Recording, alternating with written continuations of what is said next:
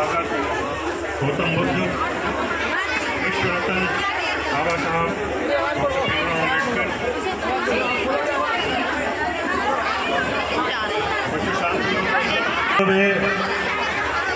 मैं सबको धन्यवाद करता हूँ कि आपने मुझे इस मंच पे बुलाया और समय दिया और इतना बेहतरीन एक कार्यक्रम बच्चों का, महिलाओं का आज देखने का जो मुझे एक अनुभव हुआ, अंग्रेजी में उसको हम कहते हैं, मैं हैप्पी नहीं हुआ, आई वॉज डिलाइटेड। तो मैं पहले अपना छोटा सा अपना परिचय दे दूं। मैं डॉक्टर राहुल दास हूँ।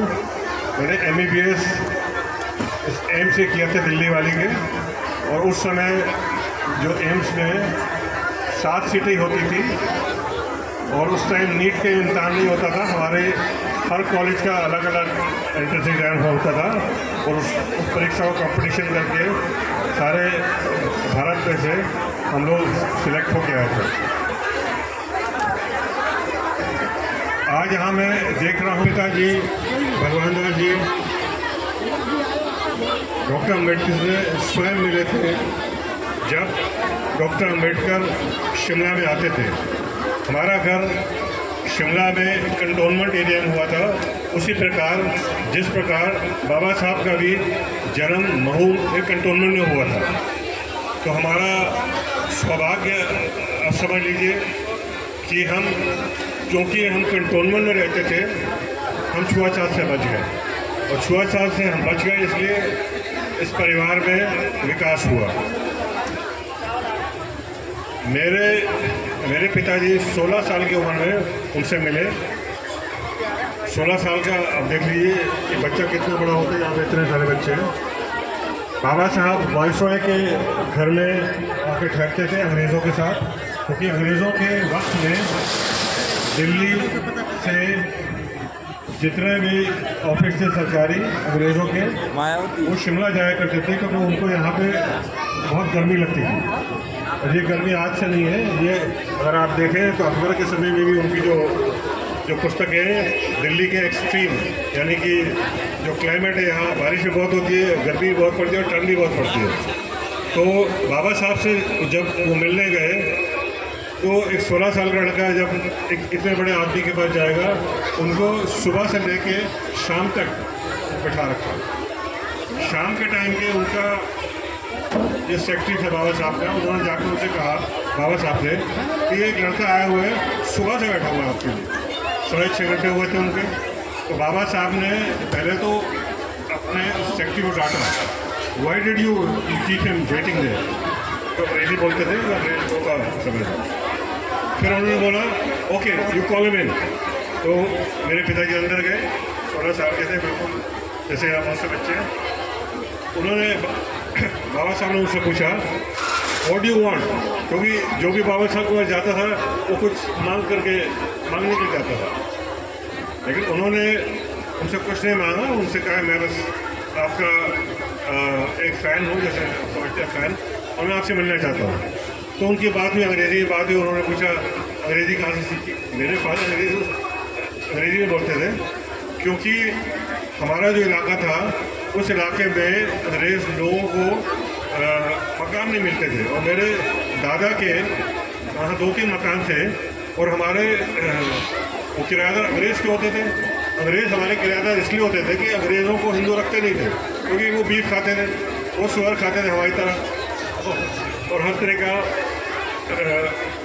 नॉन वेजिटेरियन जो था वो खाना खाते थे, वो रखते थे। तो मेरे पिताजी उनके साथ खेलते थे, और इसीलिए उनसे अंग्रेज़ी उस तरह की हो गई अंग्रेज़ों की तरह। और मैं आज ये बात इसलिए कर रहा हूँ कि आज जो बच्चे यहाँ पे हैं, आज अंग्रेज़ी में वो नंबर 1 होने चाहिए। सारे दुनिया की आज ये इंटरनेशनल भाषा है।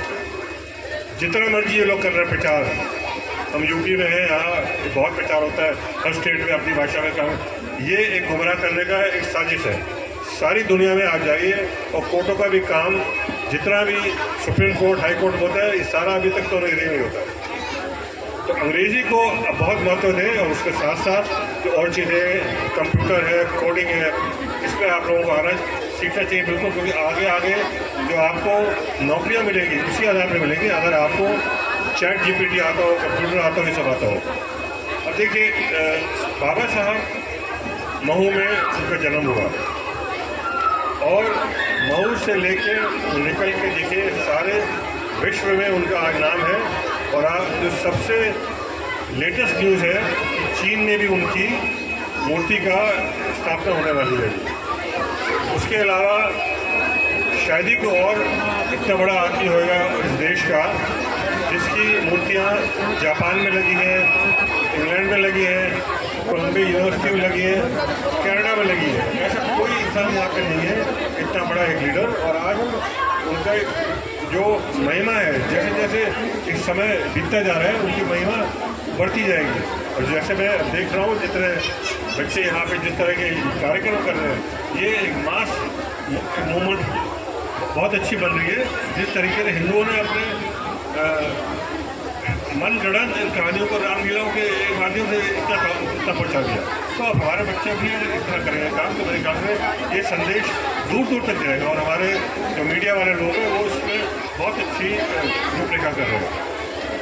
तो जो कुछ बातें मैं और आपके साथ एक जोड़ना चाहता हूँ कि बाबा साहब ने 3 संगठन बनाए, पूरी रूपरेखा रख रहे हैं। बुद्ध सोसाइटी बन दिया बुद्ध धर्म के प्रचार प्रसार के लिए, फिर संस्था सेंटर बनाया यूथ बच्चों की युवाओं की ट्रेनिंग के लिए। उसके बाद उन्होंने रिपब्लिकन पार्टी ऑफ इंडिया बनाया कि राजनीति में हम लोगों को क्या करना चाहिए। तो ये सब उनकी बातें हैं वो हम सब लोगों को याद रखनी चाहिए। और जो उन्होंने दीक्षा दी 14 अक्टूबर को, जो उन्होंने दीक्षा दी, ऐसा उदाहरण संसार में कहीं पे भी नहीं है। आज हम बहुत ही महत्वपूर्ण अंतर्राष्ट्रीय दिन ईस्टर का दिन है आज, जिस दिन ईसा मसीह का माना जाता है कि पुनर्जीवित हो गए थे वो। ये बहुत ही महत्वपूर्ण दिन है। और ईसा मसीह भी अगर हम देखें वो एक दलित ही थे। आप सोचिए गडरिया का जो होता है बच्चा, आज के परिप्रेक्ष्य में अगर हम देखें तो वो तो ओबीसी जाति के हो। और उसके अलावा भी अगर हम देखें ईसा मसीह जी की जो उनकी जीवनी है, तो 9 साल के बाद से 32 साल तक की जो उनकी जीवनी है वो ऐसा लगता है कि वो हमारे भारत देश में थे और बुद्ध धर्म से ही प्रेरणा लेके और प्रभावित होकर उन्होंने वहाँ जाकर अपना धर्म से कायम किया। तो बाबा साहब की मिशन को अब हम कैसे चलाएं, जितने आज इतने संकट हमारे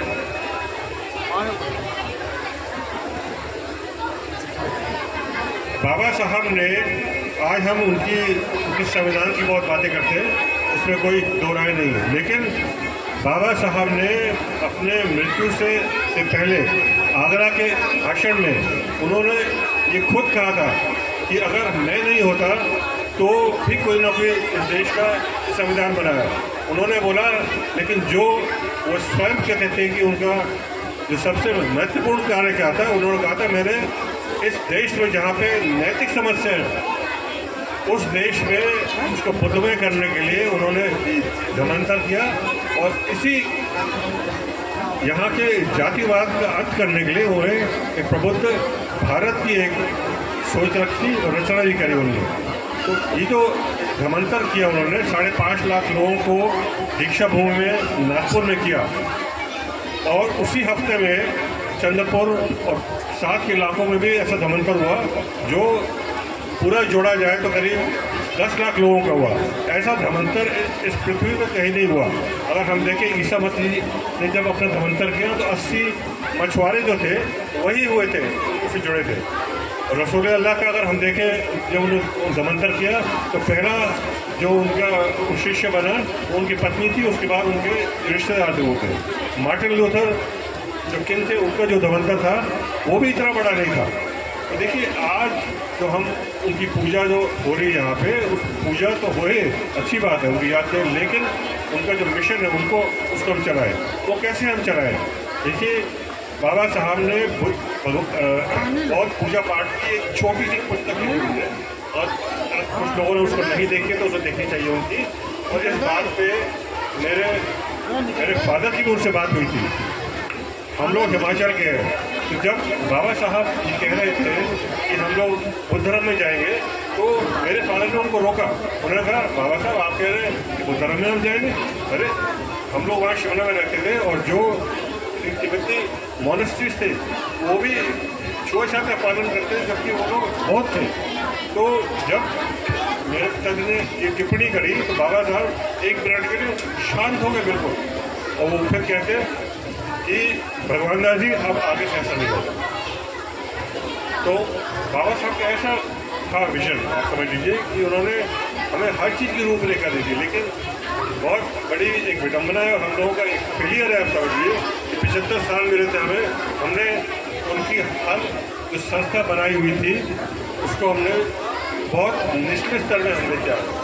देखिए सप्तः सैनिक दल की जो स्थापना हुई थी 1924 में हुई थी, आरएसएस से पहले हुई थी, 1 साल पहले। और आप आज देखिए कि आरएसएस और उनके जो अन्य दल है वो कहाँ से कहाँ पहुँच गए हैं। और हम लोग सप्तः सैनिक दल को लेकर हम बैठे हुए, उसमें भी इतना बिखराव आ चुका है कि कोई उसकी सीमा नहीं है, और उसको जोड़ना एक आसान काम नहीं है।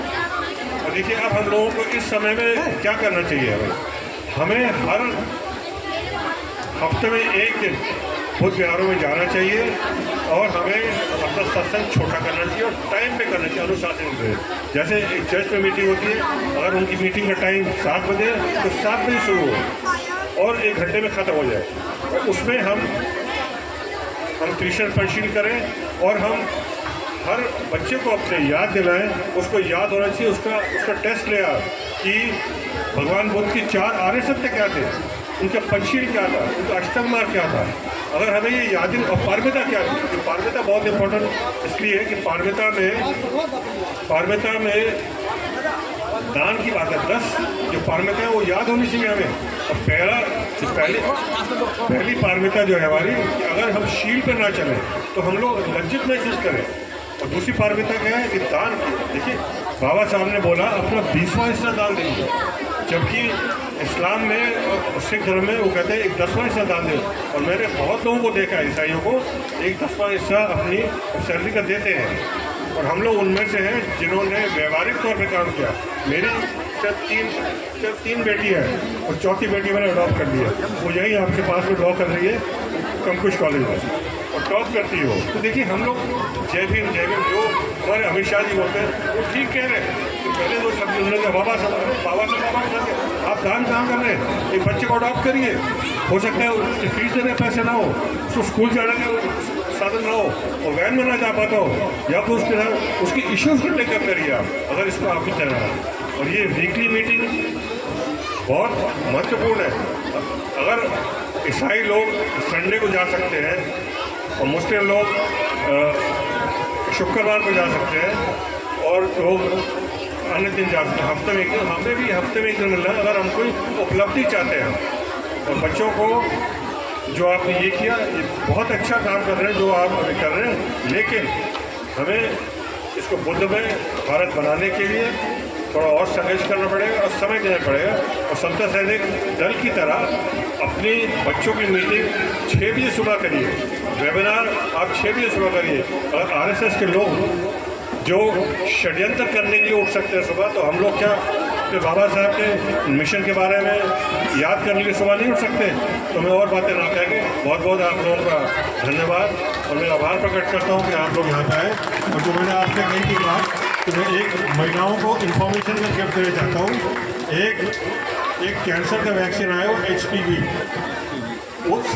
उससे आप कैंसर से बच सकते हैं।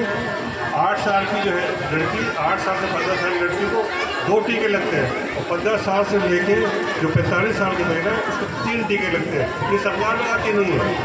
इस टीके के बारे में आप सोचिए, जितनी महिलाएं हैं कम से कम एक कैंसर से उनको बचाएंगे। बाकी हमारी महिलाएं की स्ट्रेंथ होती है। आप सोचिए बाबा साहब के 3 बच्चे मर गए, अगर उनकी पत्नी ऐसी ना होती, अगर वो तो एक बच्चे की लड़ाई करती थी आज के ज़माने में, छोड़ के चली जाती है। इसलिए एक कुर्बानी होती है एक महिलाओं की। एक अपने पुरुष को आगे रखने के लिए और उसको एक लीडर बनाने के लिए। बहुत बहुत धन्यवाद आप लोगों का। जय भीम। आदरणीय शिषपाल बाबू जी और प्रवेश कुमार जी और KS मेमोरियल पब्लिक स्कूल की तरफ से एक बाबू साहब की फोटो